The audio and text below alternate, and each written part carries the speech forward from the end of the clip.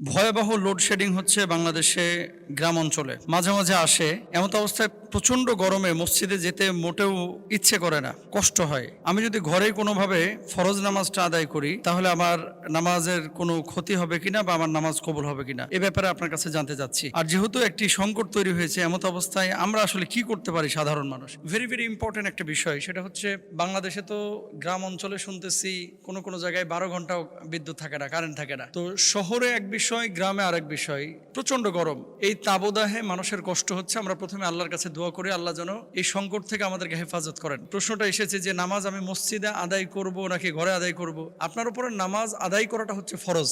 এখন আপনি কিভাবে আদায় করবেন, ঘরে নাকি মসজিদে? মসজিদে যদি আদায় করেন 27 গুণ সওয়াব আপনি বেশি পাবেন, আর যদি ঘরে আদায় করেন তাহলে 27 গুণ সওয়াব আপনি কম পাবেন। মানে ফরজ নামাজের কথা বলছি। মানে সুন্নাত ওয়াজিব যদি আপনি নিয়মিত ছেড়ে দেন এই বিদ্যুতের জন্য বা গরমের জন্য, তাহলে এটা কেমন হয়? ফামান রগিবা আন সুন্নতি ফালাইসা মিন্নি। নবী সাল্লাল্লাহু আলাইহি ওয়াসাল্লাম বলেছেন, যে ব্যক্তি আমার সুন্নাহ থেকে মুখ ফিরিয়ে নিল সে যেন আমার দলভুক্ত না, আমার উম্মত না। এখন এই যে বিবিসি, এই প্রশ্নটা আসার পর আমি রাত্রে একটু ঘাটাঘাটি করলাম যে আসলে বিদ্যুৎ সংকট বা লোডশেডিং ঢাকাতেও কিন্তু হচ্ছে। অনেক এরিয়াতে 3-4 ঘন্টাও কিন্তু দিনে কারেন্ট থাকে না, বারবার যায় আসে। এই প্রবলেমটা যেহেতু গোটা দেশেই ছড়িয়ে পড়েছে এবং সমস্যাটা তৈরি হয়েছে, আল্লাহর কাছে দোয়াও করতে হবে, পাশাপাশি আমাদের যারা দায়িত্বশীল তাদেরও মনে রাখতে হবে যে এই বিদ্যুতের উপরেই কিন্তু কর্মসংস্থান লক্ষ লক্ষ মানুষের নির্ভর করে। গ্যাস বিদ্যুৎ যদি ঠিকভাবে না থাকে তাহলে ছোট ছোট ব্যবসায়ী যারা, বিশেষ করে ক্ষুদ্র উদ্যোক্তা, তারপরে ক্ষুদ্র ব্যবসায়ী, প্রত্যেকে কিন্তু হুমকির মধ্যে পড়বে। আর যখনই হুমকির মধ্যে পড়বে ভয়াবহ বিপর্যয় কিন্তু বাংলাদেশের মধ্যে নেমে আসবে। এটা আপনারা এখন হয়তো বা বুঝতেছেন না। যদি এখান থেকে উত্তরণ না হয়, ভয়াবহ বিপর্যয় সামনে বাংলাদেশে অপেক্ষা করছে। তাহলে 1 নাম্বার হচ্ছে আমাদেরকে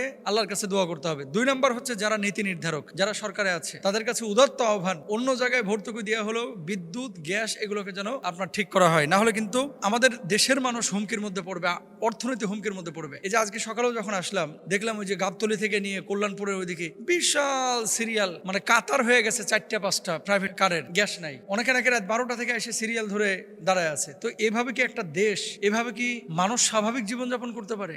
কোথায় যাচ্ছি আমরা এখন?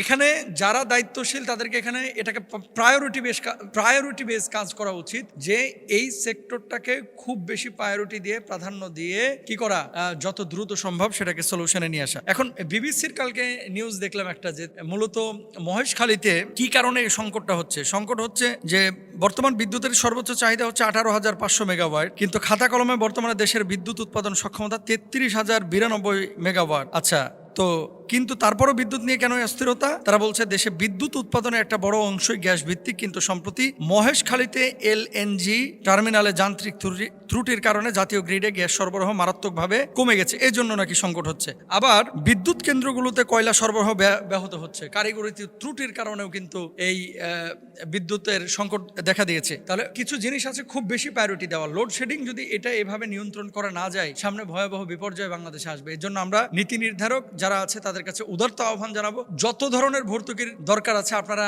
সিদ্ধান্ত নেন এবং বাংলাদেশের মানুষকে হেফাজত করেন, এদেশের মানুষের জীবনটাকে সহজ করেন। আল্লাহ তাআলা আমাদেরকে বোঝার তৌফিক দান করুন, আমিন।